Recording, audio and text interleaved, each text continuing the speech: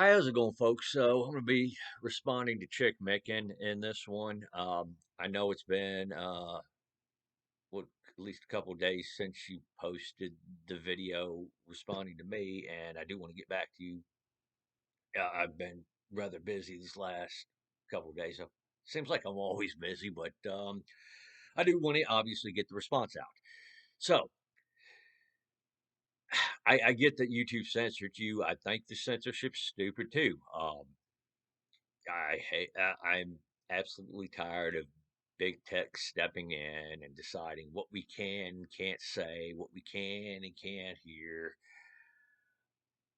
So yes, I do agree that this is at best stupid, and at worst pretty Orwellian that these big tech companies all join in together and censor stuff that does not fall within their narrowly defined political opinions as what's acceptable. I understand. Oftentimes, though, the justification they're going to use is that this speech is harmful, hateful, goes against public safety. I want you to bear those justifications they use in mind, even though, yeah, I think these obviously bullshit. Most of the speech is not even hurtful. I mean, unless, you just have a glass emotional state that can easily be just smashed. Unfortunately, some people do, but I think that's kind of a result of censorship culture as is, and bubble wrapping the world for everybody, or at least for certain protected groups. So yeah, I get that. But I do want you to bear in mind that these are the justifications that they use. They say we care about our fellow human beings and we don't want to see them harmed or hated. Yes. So this brings me to the next topic, the laws against drugs. You are fully in favor of our laws against drugs that, at least on the fact that it's illegal to do heroin in your own room. You did mention possibly reform, and we'll get into this, in a little bit.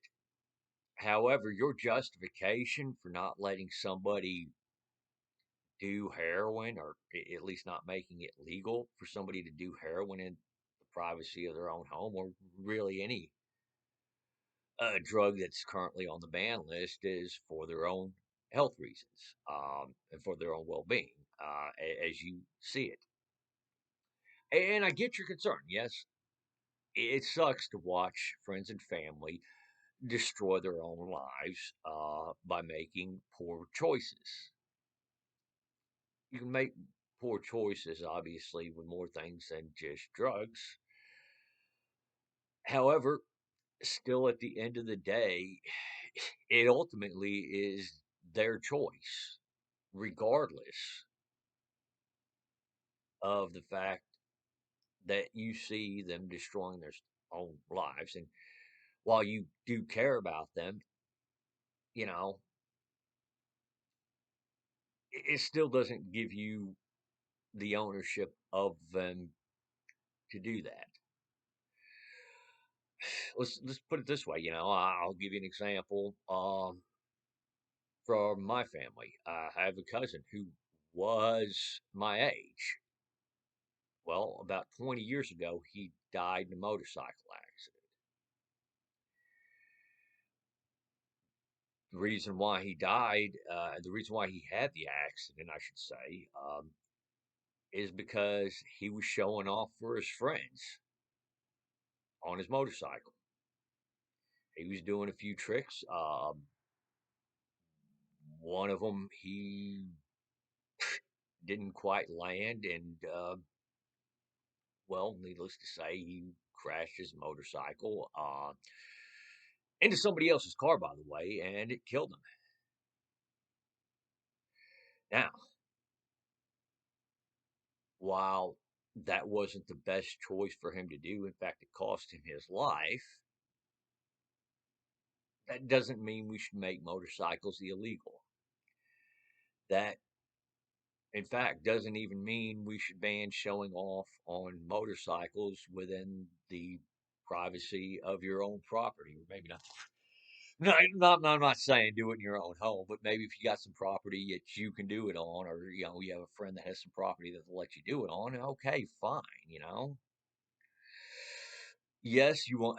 Yes, I understand that you've taken that risk on for yourself, and that other people who care about you don't approve. At the end of the day, this is one of those things to where they've got to let you make your own mistakes. And unfortunately, I mean, if those mistakes cost you your life, it sucks. The fact of the matter is, always we're all going to die at one point in our life.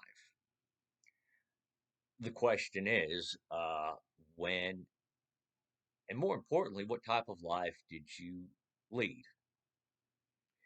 Did you get everything out of life you hoped, or at least as much out of life as you hoped?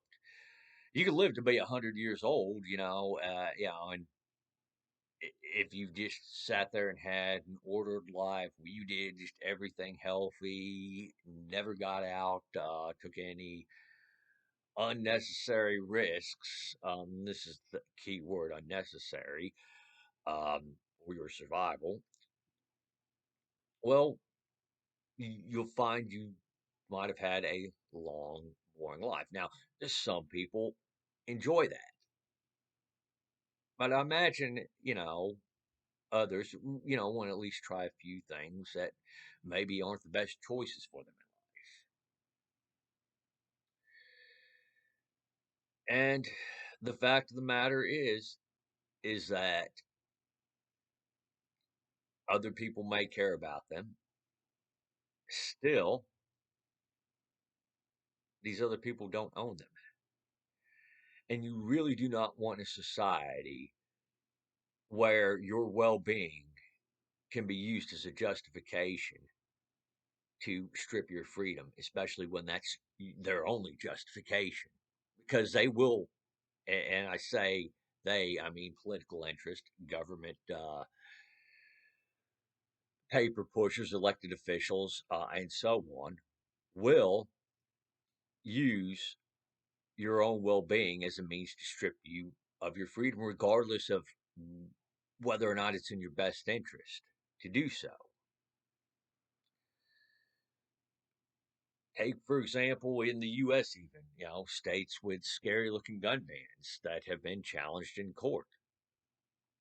What gets argued in court, usually by the proponents of keeping these bans up, is not constitutional grounds, it is public safety. And what's worse is that, the judge oftentimes rubber stamps this public safety claim with very little evidence or very little burden of proof being placed on those people making the claim of that. And if they need a little bit more proof, they call in these expert witnesses, which will give deceptive testimony to support that ban. So yeah, a lot of these scary looking gun bans, got upheld because of the public's well-being, public safety. You basically your well-being was used against you to deprive you of your liberty in the states that they have these bans. The UK, it's even worse in the UK. Take for example a knife like this. This knife is 100% illegal for me to own in the UK. Um, if I got on a plane, threw this in my stowaway bag, and landed in, say, London Heathrow, and customs found this in my bag, I'd probably be going to prison. in the UK. In fact, I think they have like a 2-year sentence for this. Their justification? Well, criminals are stabbing each other with these things. Criminals are committing crimes with these. It's for your own good. And that's the issue. Now, you mentioned maybe not put somebody in prison or doing drugs, possibly rehab or stuff like that. Well, the fact of the matter is that rehab is not going to work unless the person actually wants to get off these drugs. If they want to stay on these drugs or they want to continue to do these drugs and they have no desire to not do these drugs, in fact, the will, I think, to not do these drugs anymore, well, there's no amount of rehab you can do to stop them. I mean, unless you've put them in a padded room for the rest of their life. And at that point, what type of life is that? Furthermore, who is paying for this rehab? Is some penniless heroin fiend going to pay for their own rehab? I can't see how. That bill is going to get footed by the taxpayers. So we put that penniless heroin fiend through rehab. And the second they get out, they go right back to doing what they do, finding ways to get heroin and doing heroin. Well, you catch them again, put them back in rehab, and well, rinse and repeat. We're just going to keep on pissing away taxpayer money for somebody who's not going to get it because they don't want to get it. They they'd rather do the heroin. And furthermore, the stuff they're getting obviously is black market stuff. In fact, fentanyl has been the thing that's been coming across the border. You, I think, mentioned that somebody OD'd on fentanyl that you knew, if I can recall correctly. So a lot of cartels are lacing their stuff with fentanyl because it's addictive and because it's profitable for them to do so. Imagine for 1 second if we had legalized drugs, or at least some drugs, and let legitimate businesses start operating these pharmaceutical companies, these recreational pharmaceutical companies, I'll call them, that have safer products. You know, you're less likely to get something that's laced with something like fentanyl. In fact, if you have a legitimate business and you want the image of having a legitimate business, you're going to avoid doing some of these shady practices, if only to keep your business appearances being legitimate. And there's a good chance that your friends and family are probably going to get something that's not quite so bad for them as fentanyl.